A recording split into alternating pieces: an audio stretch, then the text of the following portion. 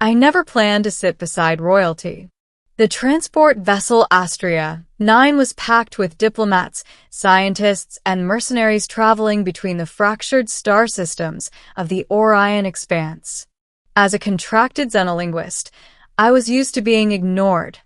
Background noise in a universe obsessed with soldiers and senators.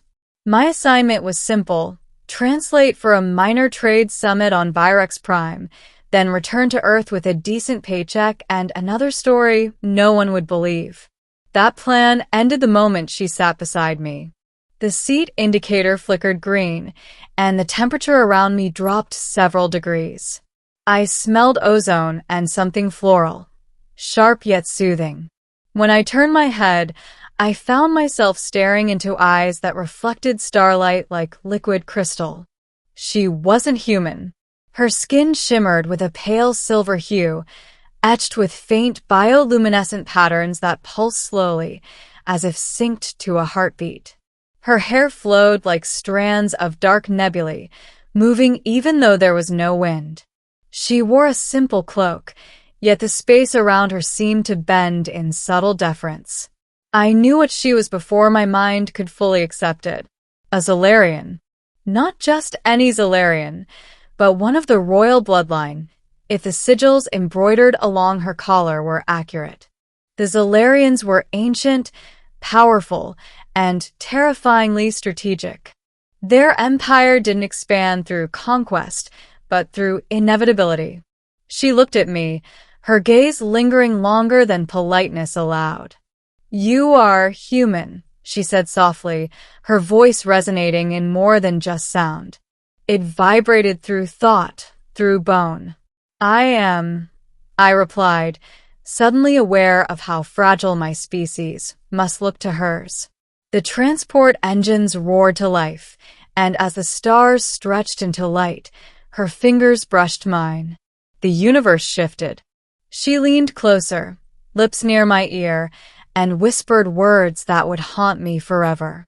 "You belong to me." Middle. Bonded without consent. I pulled back instinctively, my heart racing. "What did you say?" I asked. Her expression didn't change, but the light patterns on her skin brightened slightly. "It is already done," she replied calmly. I laughed nervously. "Done?" "With respect, Your Highness, we just met." She tilted her head, studying me as one might examine an unfamiliar star. "Your species perceives time linearly. We do not."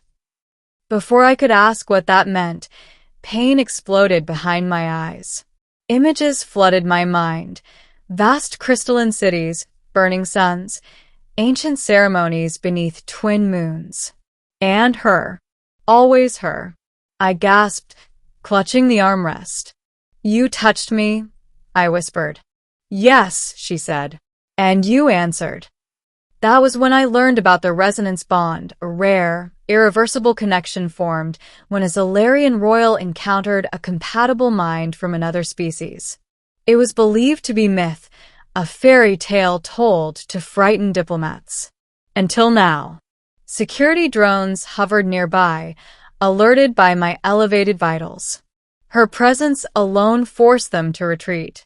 No one challenged a Zolarian princess. Her name was Althira Vanael, third heir to the Zolarian throne. And according to her, I was now hers.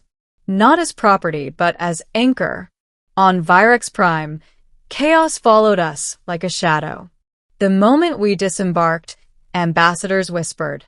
Assassins watched. The Zolarian court would not tolerate a human bonded to royal blood, and rival empires would kill to exploit me. Althira never left my side. At night, the bond intensified. I felt her emotions, her restraint, her loneliness, the crushing weight of expectation. Through her memories, I learned the truth. Zolarian royalty were forbidden from choosing their mates. Their unions were arranged to preserve genetic dominance. The resonance bond changed everything. If revealed, it would trigger political upheaval or execution. I didn't choose this, I told her one night, standing on the balcony of our guarded residence as alien constellations glowed overhead. "Neither did I," she said. "But fate chose well. I'm not royalty. I'm not even important." She stepped closer, her presence calming my racing thoughts. "You calm the storm within me. That makes you invaluable." The first assassination attempt came 3 days later. Plasma fire tore through the residence. I barely survived because Althira shielded me with her own energy, collapsing afterward from the strain. As I held her, something awakened inside me, power drawn through the bond. I pushed back. The attackers disintegrated into ash. Fear replaced awe in the eyes of our enemies. A human who could channel royal Zalarian energy was unprecedented and dangerous. Middle, the choice of war or exile. The Zalarian Council summoned Althira home. I was ordered to be terminated quietly before the bond destabilized galactic balance. Althira showed me the message herself. "They will kill you," she said without hesitation, "or use you against me." "Then we run," I said. She shook her head slowly. "There is nowhere far enough." The bond had grown stronger. I could feel when she was afraid, even when she tried to hide it. For the first time, the untouchable alien princess was uncertain. "There is another way," she said at last. "A forbidden rite. The severance trial. If completed, it would either break the bond or legitimize it beyond the authority of the council." The risk was simple. Failure meant death for us both. The trial took place on an ancient moon orbiting a dying star. Ruins older than recorded history surrounded us.